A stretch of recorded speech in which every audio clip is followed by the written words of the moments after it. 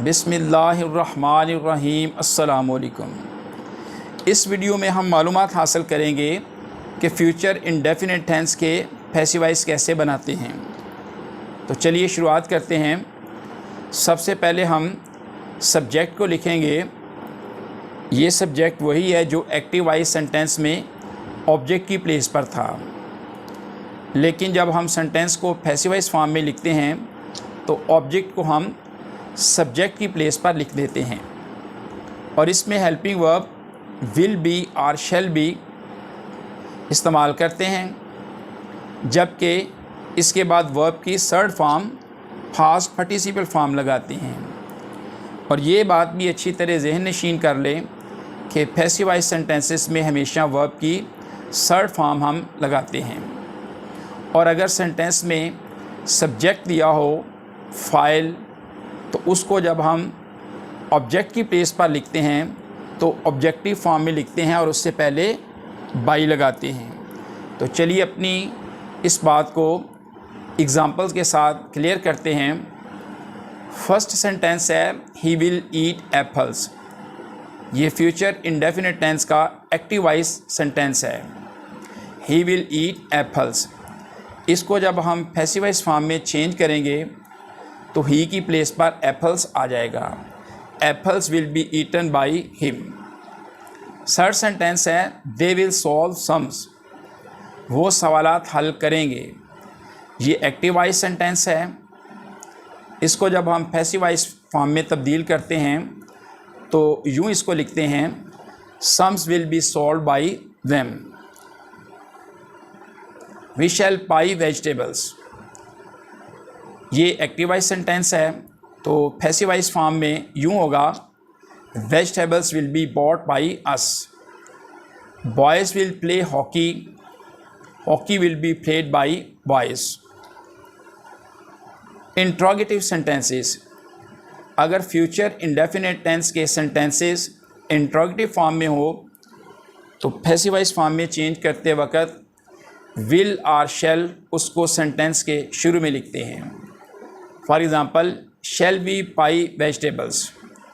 ये active voice sentence है future indefinite tense का। इसको जब हम पैसिवाइज फॉर्म में चेंज करेंगे तो विल शुरू में आ जाएगा। Will vegetables be bought by us. Will she write a letter. Will a letter be written by her. यानी अगर फ्यूचर इंडेफिनिट टेंस में सेंटेंसेस इंट्रोगेटिव हों तो पैसिवाइज फॉर्म में भी वो इंट्रोगेटिव ही रहेंगे। Negative sentences.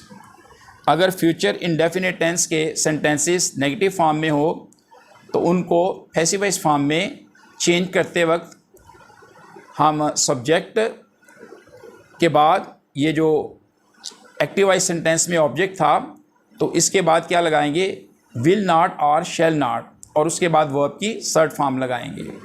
फर्स्ट सेंटेंस है we shall not buy vegetables. Vegetables will not be bought by us. She will not write a letter. A letter will not be written by her. Some more examples of passivized sentences. You will be given admission in college. Agriculture reforms will be introduced in the country. Letters will be posted. He will not be permitted to leave the country. These things will not be sold in open market. He will not be promoted to the next class. Will ready-made garments be sold here? Fruits will be kept in cold storage. Scholarships will be awarded in this school. I shall not be treated well. We shall not be allowed to play match. Where will the new powerhouse be built? In the end, Richard L Evans का एक बहुत ही खूबसूरत quotation है the tragedy of life is not that it ends so soon. The tragedy of life is not that it ends so soon but that we wait so long to begin it. ज़िंदगी की tragedy ज़िंदगी का अलमिया ये नहीं है कि ये बहुत जल्द ख़त्म हो जाती है, बल्कि असल अलमिया ये है कि हम इसकी शुरुआत करने में बहुत देर कर देते हैं। ज़िंदगी इतनी अहम नहीं है, ज़िंदगी तो सभी गुजारते हैं। जानवर और इंसान सभी ज़िंदगी के शब रोज़ गुजारते हैं, बल्कि सबसे अहम बात यह है कि ज़िंदगी को कैसे गुजारना है, ये तरीक़ा मालूम करना सबसे अहम है। कि जब हम दुनिया से जाएं तो हमारा अल्लाह, हमारा खालिक, हमें पैदा करने वाला, इस दुनिया में भेजने वाला हमसे राज़ी हो और अपने हिस्से का काम करके जाएं। और हमारे रब ने जो हम पर ज़िम्मेदारियां और फ़राइज़ आयद किए हैं उनको अहसन तरीके से सरअंजाम देते हुए अपना मकसद हयात पूरा करके जाएं। ज़िंदगी तो बेवफ़ा है, एक दिन ठुकराएगी। ज़िंदगी तो बेवफ़ा है, एक दिन ठुकराएगी।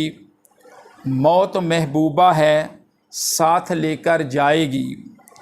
मर के भी जीने की अदा जो दुनिया को दिखलाएगा, वो मुक़द्दर का सिकंदर कहलाएगा। इसलिए हमें चाहिए कि आज से ही ज़िंदगी की शुरुआत कर दें। वीडियो अच्छी लगने की सूरत में don't forget to like and share it. अस्सलामु अलैकुम, अल्लाह हाफिज़।